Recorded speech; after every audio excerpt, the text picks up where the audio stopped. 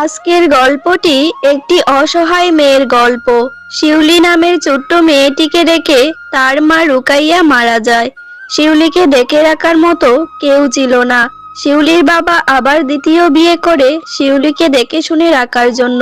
এভাবেই দেখতে দেখতে শিউলির সৎ মা তনুজার অবহেলা, বাবার ভালোবাসায় 17 বছর কেটে যায়।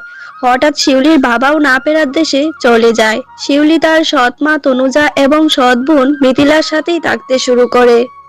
এই পোড়ামুখী, এখানে দাঁড়িয়ে আছিস যে? আমার মেয়ে খাবার খাচ্ছে, তুই দেখছিস না? আমার মেয়ের খাবারে নজর দিচ্ছিস দাঁড়িয়ে দাঁড়িয়ে? হ্যাঁ, বল বল। মা, আমারও খুব খিদে লেগেছে, আমাকে কয়টা খাবার দাও না। আমি যে বাড়ির সব কাজ করে ফেলেছি, দাও না মা কয়টা খাবার। মা, আমি আর খাবো না, আমার পেট ভরে গেছে। কি বলছিস মা? এইটুকু খাবারে তোর পেট ভরে গেল? সব খাবারই তো রইলো, খা না আর কয়টা খাবার। না না মা, আমি আর খেতে পারবো না, আমার পেট ভরে গেছে। আমি আমার বন্ধুদের সাথে ঘুরতে যাচ্ছি, তুমি আমার জন্য চিন্তা করো না, আমি বিকেলে ফিরবো। বললো তো তোর পেট? আমার মেয়েটার খাবারে নজর দিয়ে দিয়ে আমার মেয়েটাকে না খেয়ে উঠিয়ে দিলি।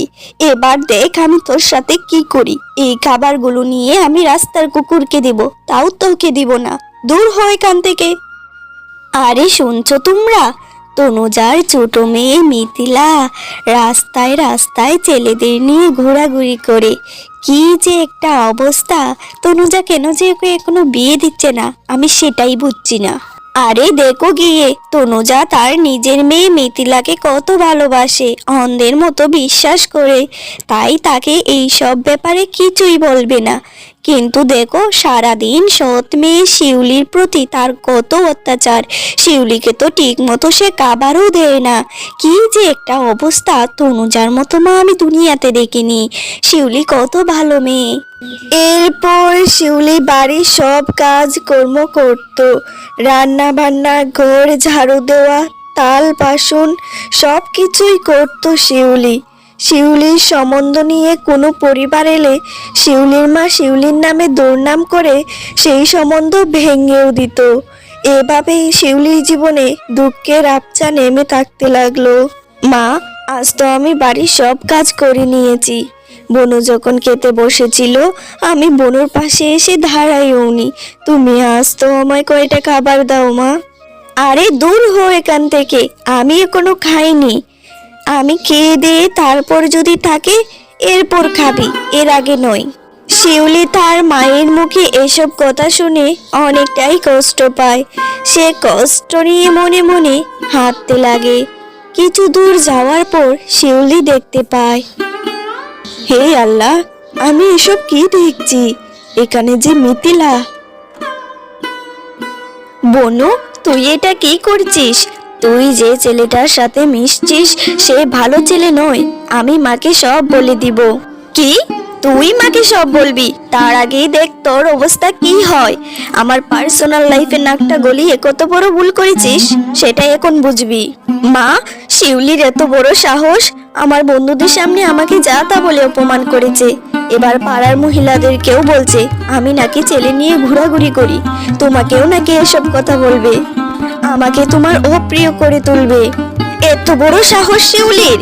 মিথিলা, তুই ভাবিস না ওর ওই কাজের জন্য সারা জীবন ওকে ভুগতে হবে। মা, আমি তোমাকে কিছু বলতে চাই মিথিলার ব্যাপারে। হ্যাঁ হ্যাঁ, তুই আমাকে আমার মেয়ের ব্যাপারে কি বলবি সেটা তোর মুখ থেকে শুনতে হবে না। দেখ এবার আমি তোর সাথে ঠিক কি কি করি। এইসব কথা বলে তনুজা শিউলিকে অনেক পেটাতে থাকে। সন্ধ্যা নেমে আসে, শিউলিকে ঘরে আসতে দেয় না তার সৎ মা। মা, বনু, কেউ তো দরজাটা খুলো, আমার খুব ভয় লাগছে, আমি আর কখনো কিছু বলবো না। শিউলি, আরেকবার যদি দরজায় ধাক্কা মেরেছিস তোর অবস্থা আরো খারাপ করে নিব। বাড়িতে আছিস তো হয়তো ভালো লাগছে না, এরপর কিন্তু গাড় ধাক্কা দিয়ে বাড়ি থেকেও বের করে দিব। ও মা, মা, দরজাটা খুলো না, আমার ভুল হয়ে গেছে, আমাকে ঘরে থাকতে দাও, আমার যে বাইরে বড্ড ভয় করছে। শিউলি, মাকে কিন্তু তুলবি না, যদি তুলিস তাহলে অবস্থা তোর আরো খারাপ হবে, এটা বুঝে রাখ। মিথিলার সঙ্গে লাগতে গেলে ঠিক কি কি হতে পারে, এবার বাইরেই রাত কাটাতে থাক। এইসব কথা বলে শিউলির সৎ মা ও সৎ বোন তারা দুজনেই ঘুমিয়ে যায়। অন্যদিকে শিউলি তাদের জন্য অপেক্ষা করতে থাকে কখন তারা দরজা খুলবে, কিন্তু তারা তো দরজা খুলছিলই না। শিউলি দাঁড়িয়ে থাকতে থাকতে বুঝে গেল তারা আর দরজা খুলবে না। অবশেষে নিরুপায় হয়ে শিউলির মায়ের লাগানো একটি শিউলি গাছ ছিল, সেই শিউলি গাছের নিচেই সে বসে কাঁদতে থাকে। শিউলি গাছের নিচে বসে বসে কাঁদতে থাকে। হঠাৎ করেই তার চোখে ঘুম চলে আসে। তখন বাইরে পড়ে থাকা এক টুকরো ছেঁড়া কাপড় তার গায়ে দিয়ে সে শিউলি গাছের নিচেই ঘুমিয়ে যায়। হঠাৎ সে স্বপ্নে দেখতে পায়, শিউলি, আমি তোর মা, এই ফুলটা যত্নে রাখিস। এটা কোনো স্বাভাবিক শিউলি ফুল নয়, এটা তোর জীবন বদলে দিবে। শিউলি ভোরবেলা ঘুম থেকে উঠে সত্যি সত্যি তার পাশে সেই ফুলটা দেখতে পেয়ে অবাক হয়ে যায়। কালকে রাতে মা আমার স্বপ্নে এসেছিল, মা আমাকে এই ফুলটা স্বপ্নে দিয়েছিল, এটা বাস্তবে কি করে এলো? এটা কি কোনো ইঙ্গিত? ঠিক আছে, এই ফুলটা আমি যত্নে রাখবো। মাকে অনেক দিন পরে দেখেছি, মনটা যে কি শান্তি লাগছে। শিউলি, তুই মিথিলাকে দেখেছিস? মিথিলাকে তো আমি বিছানা থেকে ঘুম থেকে উঠেই পাচ্ছি না, ও কোথায় চলে গেল এত সকালে? না না মা, আমি তো মিথিলাকে দেখিনি। মিথিলা কোথায় গিয়েছে তুমি একটু খোঁজ করে দেখো, আমিও বাইরে গিয়ে দেখে আসছি, আমি ওকে দেখিনি। এরপর শিউলি মিথিলাকে অনেক জায়গায় খুঁজে, কিন্তু কোথায়ও খুঁজে পাচ্ছিল না। অন্যদিকে মিথিলার মা তনুজাও মিথিলাকে অনেক খুঁজে এবং অনেক ডাকাডাকি করে, কিন্তু কোথায়ও মিথিলার কোনো সাড়া শব্দ না পেয়ে সে অস্থির হয়ে ওঠে। আপনারা আমার মিথিলাকে কোথায়ও দেখেছেন? আমি যে মিথিলাকে সকাল থেকে পাচ্ছি না। আরে, তোমার মিথিলাকে দেখতে হবে না, দেখো গিয়ে তোমার মিথিলা পাড়ার জগুরের সাথে পালিয়েছে। অন্যদিকে মিথিলা সুদীপ নামের একটি ছেলের সাথে পালিয়ে তার সাথে বিয়ে করে নেয়। সুদীপ, আমার খুব চিন্তা হচ্ছে, মা আমাকে অনেক ভালোবাসতো, আমি এভাবে মাকে ছেড়ে তোমার সাথে চলে এসেছি। তুমিও তো কোনো রোজগার করো না, এবার যে আমার বড্ড চিন্তা লাগছে। আরে তুমি এত ভেবো না, তোমার মায়ের গয়নাগুলো এনেছো না, এগুলো বিক্রি করে আমাদের অনেক দিন চলে যাবে, পরে না হয় একটা কাজ জোগাড় করে নিব। মা, তুমি মন খারাপ করে থেকো না, তুমি তো সকালের কোনো খাবারই খেলে না। বোনও তোমার ভালোবাসা বুঝতে পারেনি, তুমি এভাবে যদি ভেঙে পড়ো তাহলে হবে না। আমাকে সান্ত্বনা দেওয়ার জন্য তোকে বলেছি কি? আমাকে সান্ত্বনা তোর দিতে হবে না, তোর থেকে আমি সান্ত্বনা শুনবো না। তুই গিয়ে রান্না কর, যা এখান থেকে। শিউলি, এই জামাটা পরে তুই নদীর ঘাটে চলে যা, এতেই তোর ভাগ্য খুলবে। রান্না বান্না শেষ করে শিউলি ফুলের কথা মতো শিউলি সেই জামাটা পরে নদীর ঘাটে চলে আসে আর মনে মনে ভাবতে থাকে কি এমন ভাগ্য খোলার পরিণতি তার সাথে ঘটবে। হে আল্লাহ, এটা আমার মায়ের আশীর্বাদ, তুমি আমায় রক্ষা করো বিপদ আপদ থেকে। আল্লাহ, তুমি সহায় হও। কে তুমি সুন্দরী? তোমার নাম কি? তোমাকে দেখে আমার বড্ড পছন্দ হয়েছে। আমি ইন্দুরাজ, ইন্দুনগরের রাজপুত্র। তুমি যেই হও না কেন, আমি করতে চাই তোমায় বিয়ে।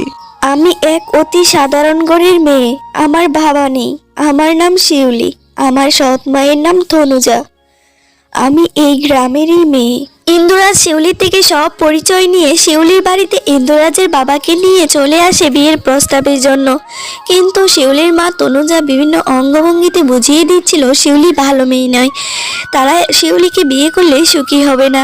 কিন্তু ইন্দুরাজের বাবা এইসব চাল টের পেয়েই বলতে লাগলো, শোনেন, আমরা শিউলিকে নিতে এসেছি শিউলির ক্যারেক্টার যাচাই করতে। অন্তত পক্ষে শিউলির সৎ মায়ের কাছে তো আসবো না, তাই না? শিউলির ক্যারেক্টার সম্পর্কে আমরা গ্রামেই জেনে এসেছি। এবার আপনি যদি শিউলিকে আমাদের হাতে তুলে না দেন তাহলে আপনার গদ্দান পর্যন্ত যেতে পারে, কেননা আমরা রাজা। এইসব কথা শুনে শিউলির মা অনেকটা ভয় পেয়ে যায় এবং বিয়ে দিতে রাজি হয়ে যায়। দুদিন পরেই বিয়ের ডেট ছিল এবং খুব ধুমধাম করেই ইন্দুরাজের সাথে শিউলির বিয়ে হয়ে যায় এবং সুখে শান্তিতে দিন কাটাতে থাকে। এখানেই আমাদের গল্পটি শেষ। আপনাদের যদি আমার গল্পটি ভালো লেগে থাকে লাইক কমেন্ট সাবস্ক্রাইব করবেন। আপনার একটি লাইক একটি কমেন্ট আমাকে পরবর্তী ভিডিও বানাতে অনেক অনেক উৎসাহিত করে। ধন্যবাদ, সবাই ভালো থাকবেন। আল্লাহ হাফেজ।